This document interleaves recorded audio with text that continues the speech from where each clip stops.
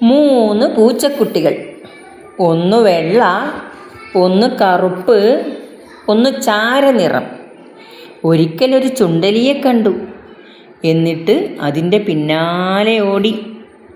ചുണ്ടലി മാവ് സൂക്ഷിക്കുന്ന തൊട്ടിയിലേക്ക് ചാടി.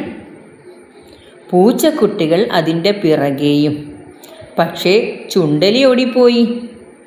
തൊട്ടിയിൽ നിന്ന് പുറത്തു വന്നത് 3 വെളുത്ത പൂച്ചക്കുട്ടികളാണ്.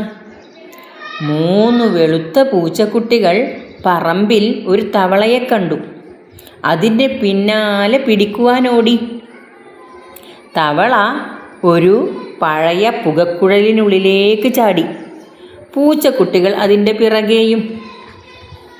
തവള ചാടിപ്പോയി.